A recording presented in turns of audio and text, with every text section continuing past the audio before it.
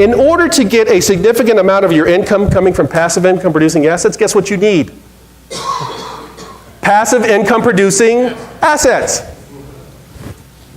Nobody is going to wave a magic wand and give you passive income producing assets. You have to get out there and work for them. We got any people in the room that ever read Robert Kiyosaki, Rich Dad, Poor Dad? Yes. Right in the very first book, Rich Dad, Poor Dad, he talks about Rich Dad said, stop working for money and start working for assets.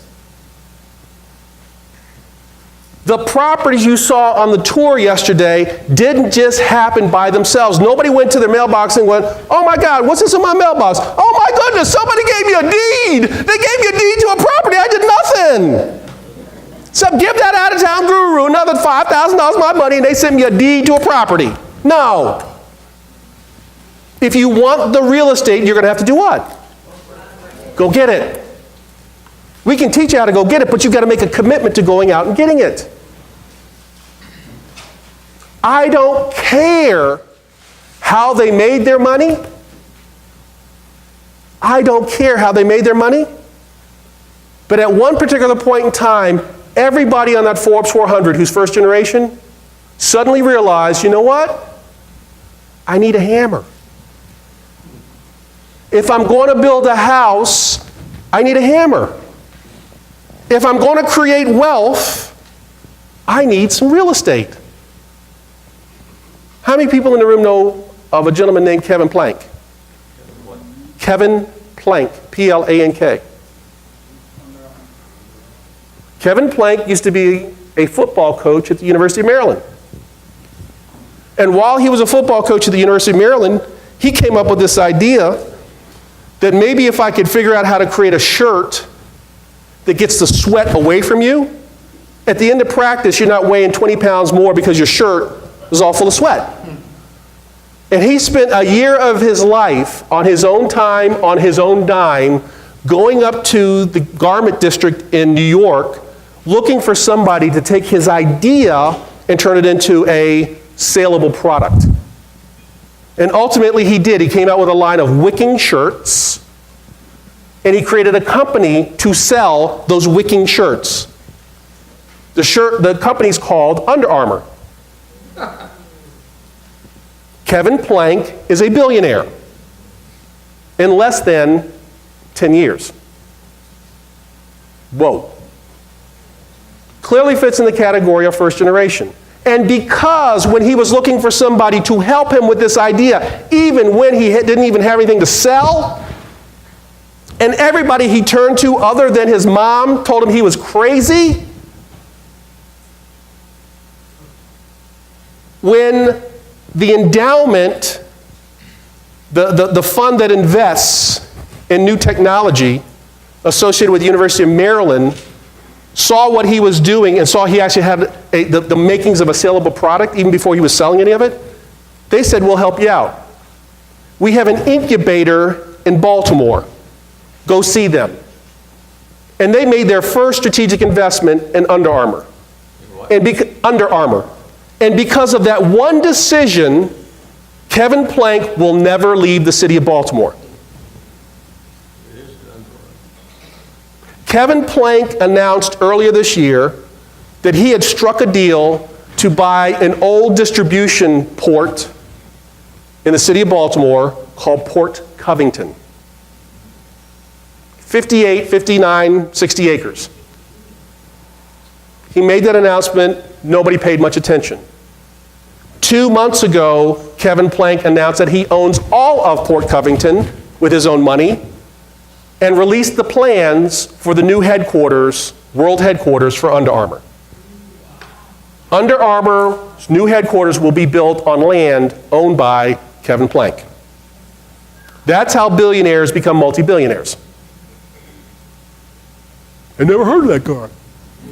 Maybe I'll check him out. We say, I'll start investing in real estate when I got some money. The super rich say, if I'm going to build a house, I need a hammer. If I'm going to create wealth, I need some real estate. Every one of the Forbes 400 has some level of investment, significant investment, and a significant portion of their passive income coming from real estate. So when they wake up on that day and say, you know what?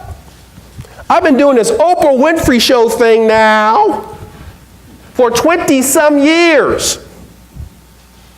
Today's the day I don't want to do it anymore. And when she made that declaration, what did Oprah do? She stopped. Some people say, well, she wouldn't open up her own channel. No, she didn't. Oprah took 2 years off. Opened up a girls' school in South Africa. Did some other things with her. She cold turkey, stopped. Well, that's a pretty gutsy move. She would make a lot of money. Yes, she was, but guess what? She had passive income producing assets. Which meant that when she stopped doing the TV show, she still had money coming in. If you actually become a student of wealth creation, not a passerby, not a sort of fleeting interest, oh, that sounds interesting, oh, I heard somebody say it. No, you actually become a student of this stuff, you'll see this. 30 to 50% coming from passive income producing assets. What's an example of a passive income producing asset? An apartment, a shopping center. Stuff that puts money in your pocket and you don't have to get out of work. Many people confuse passive producing assets with royalties. They're not the same thing. I hear a lot of people getting involved in multi-level marketing saying, hey, the great thing about multi-level marketing is you recruit enough people and they'll go work and you don't have to.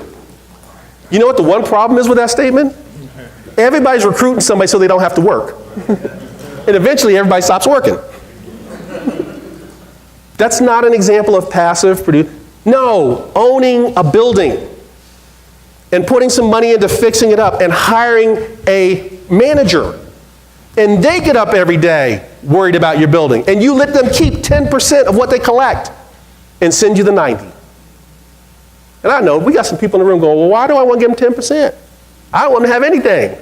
You keep thinking that way.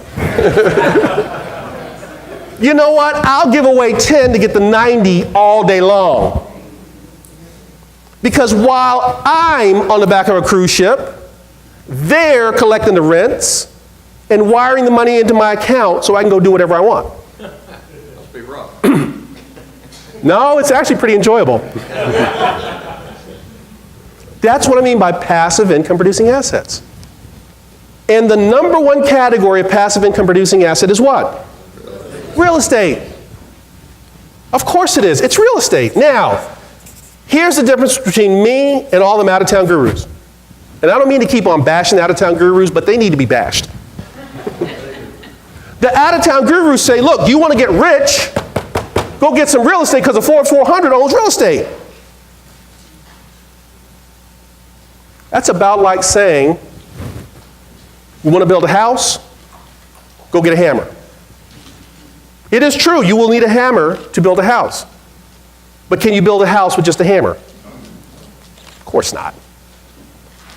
It does make sense to own real estate because it gives you that passive income if you do it correctly. Wholesaling houses will not make you rich. It's not passive income. It'll help you pay bills, but it won't make you rich. Fixing and flipping houses will in fact produce a nice little chunk of income, but it will not make you rich. I don't care how many houses you go fix and flip. What happens that day you can't fix and flip any more houses? No more income. The very definition of passive is it comes in no matter what you're doing, no matter where you are. So rather than fixing and flipping houses, why not fix and keep? Finding bank REO and short sales and busted up properties is one of the best ways to get properties for cheap. But instead of fixing it and flipping it and getting a $25,000 check, why not turn that thing into a cash money machine that'll throw off $24,000 every couple of years, and you get enough of them going that you don't have to go to work anymore.